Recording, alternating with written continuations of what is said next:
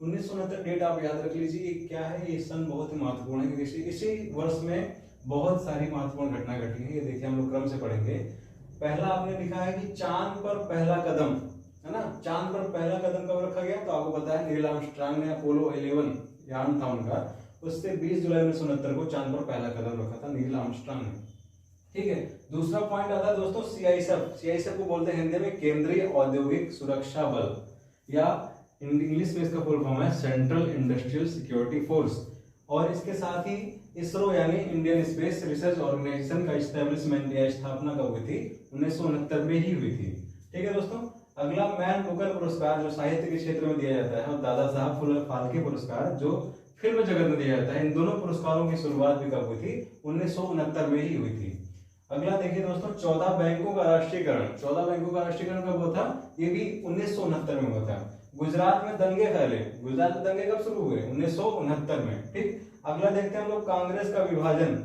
अब दोस्तों आपको डाउट होना चाहिए कि कांग्रेस का विभाजन, तो आप पढ़ते हैं कि 1907 में जब सूरत अधिवेशन हुआ था, रास बिहारी बोस ने अध्यक्षता की थी, तो ये जो कांग्रेस थी दो भागों में बढ़ जाती है, गर्म दल और नरम दल में। फिर आप पढ़ते हैं 1916 में लखनऊ समझौता होता है, जिसका जो अध्यक्ष होते हैं वो कौन होते हैं, अंबिका चरण मजूमदार जी, और फिर से दोनों मिल जाते हैं। लेकिन दोस्तों आपको याद रखना है 1969 में इंदिरा गांधी जी जो होती हैं उनकी मोरारजी देसाई से नहीं बनती है, तो फिर से कांग्रेस दो भागों में टूट जाती है। एक को लीड करती हैं इंदिरा गांधी जी, एक को लीड करते हैं मोरारजी देसाई। ठीक है, और दोस्तों मोरारजी देसाई के बारे में आपको पता है सबसे खतरनाक आदमी जो यानी 4 साल में जिनका बर्थडे आता था वो कौन थे, मोरारजी देसाई। और मोरारजी देसाई ने सबसे ज्यादा 10 बार बजट पेश किए, है ना।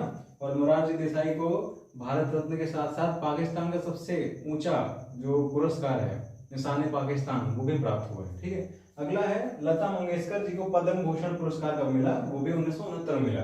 ठीक है, अब देखिए मद्रास जो नाम था पुराना, मद्रास का नाम चेंज हो गया क्या, तमिलनाडु, ये भी कब हुआ, 1969 में।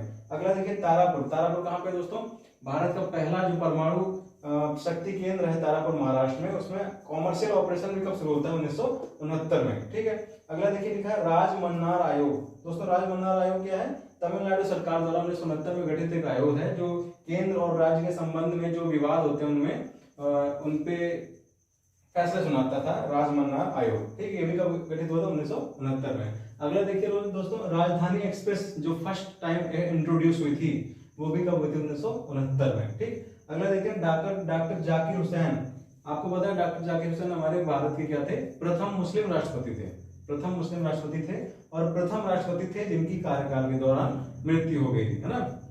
तो ये डाई इन हार्नेस हो गए थे डॉक्टर जाकिर हुसैन, और जब इनकी मृत्यु हो गई है तो कोई कार्यवाहक राष्ट्रपति आएगा, है ना। तो कार्यवाहक राष्ट्रपति आते हैं वीवी गिरी जी, लेकिन वीवी गिरी जी को फिर बनना होता है राष्ट्रपति, तो उस वीवी गिरी के बाद जो कार्यवाहक राष्ट्रपति बनते हैं एम हिदायतुल्ला। ये एम हिदायतुल्ला जो है, ये भी इंपॉर्टेंट आपको पढ़ना क्यों है, क्योंकि एम हिदायतुल्ला जो थे ये उपराष्ट्रपति भी रह चुके हैं, 11वें नंबर के मुख्य न्यायाधीश भी थे, 6वें नंबर के उपराष्ट्रपति भी थे, और इसके साथ साथ कार्यवाहक राष्ट्रपति का भी पदभार संभाला है, किसने, एम हिदायतुल्ला ने।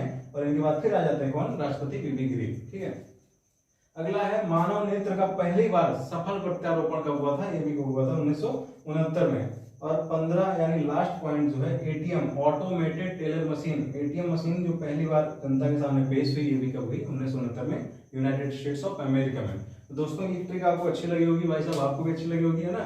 तो अगर आपको ऐसी ट्रिक और भी चाहिए, देखिए इस एक डेट से आपने इतनी सारी इवेंट्स, यानी आपसे इसी में देख सकते हैं 50 से ज्यादा, 100 से ज्यादा, 1000 क्वेश्चन बना सकते हैं इसी से। ठीक है, तो ये सारी इवेंट्स बहुत ही इंपॉर्टेंट है, बहुत ही अच्छे हैं, आप इसका स्क्रीनशॉट ले सकते हैं। और ऐसी मजेदार ट्रिक्स और अपनी पढ़ाई को आसान कराने के लिए हमारे इस चैनल को सब्सक्राइब करें। धन्यवाद।